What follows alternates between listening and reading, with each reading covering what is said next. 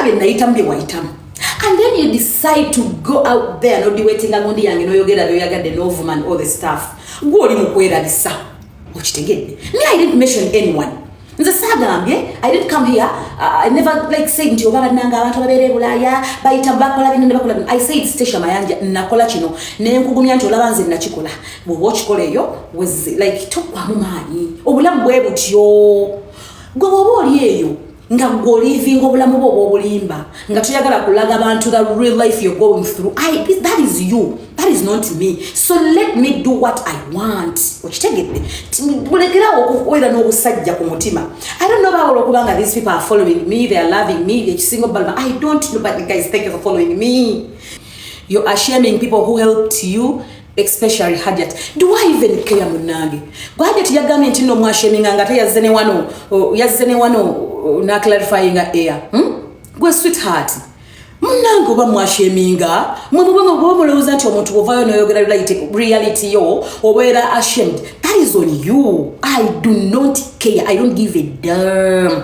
I don't give a damn. I want to speak the truth. Chiyambeko abawagizi bange abantu by many people out there. Much abantu bangi bali Canada one. They are here. Abantu bangi bali Bulaya, bali UK, bali US. Tebamanyi wakutandika, tebamanyi watudamba gwa mudamanyi bala bembeera bala bichi. I am here. Ndi wano kubazaamu maanyi. Kati gwe wawuliranga kikuluma. I don't care. I don't care.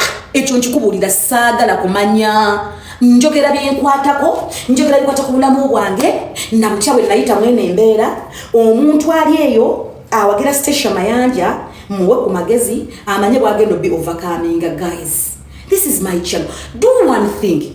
If you don't like what I'm saying, please don't follow. Do not comment. Kubanga, first and foremost, that's your phone. It is your data. You decide who to watch and not who to watch. You decide where to comment and not where to comment. So if I am offending you, don't watch. Don't think into omuntu ojja kuvoyogera nti nonzo neneso okubaka abantu bange benyamba. I have, like, listen. This is my destination. I know where I'm going.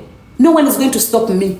It is only me. Naye munange gwali eyo ngola yabikamu Hajat Friday station yayogera njogera kugwe nga tewandyaga gosigala ngolimba abantu nze njagala kugamba abantu bange mazima. Me, I am living abulamu bwa nako ebintu byokubira music industry je naberanga mu ngambera mbulamu bwe kisiru nobeera n'omuntu nga yagala kukutta naye you have to pretend.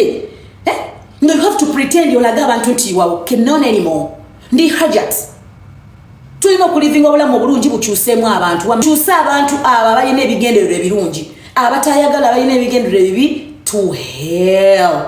I don't care. I don't give a damn.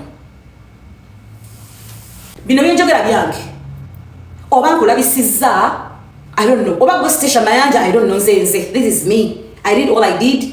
I went through everything. I want to inspire you who are interested. If you are not interested, that's good. Then continue. The things that interest you, like, you know. I am a natural lady. So, bambi munansonyi obanyiza, munansonyi obazimbi emitima naye gigenda kubabika kubanga ntandika butandisi. Sinaba. Gakyali mabaga. Wamahaje, thank you so much. Wallahi, yes. Gakyali mabaga. Golinzo bideno gamba ati weswaza. Weswaza. Weswaza. Nze wa mama nange ndi. Nze kugamba dini jensinza, dini jenzikiririzaamu. Dini yawe erufu, nze ndi mwerufu. Nange nze ndi mwerufu mundeke.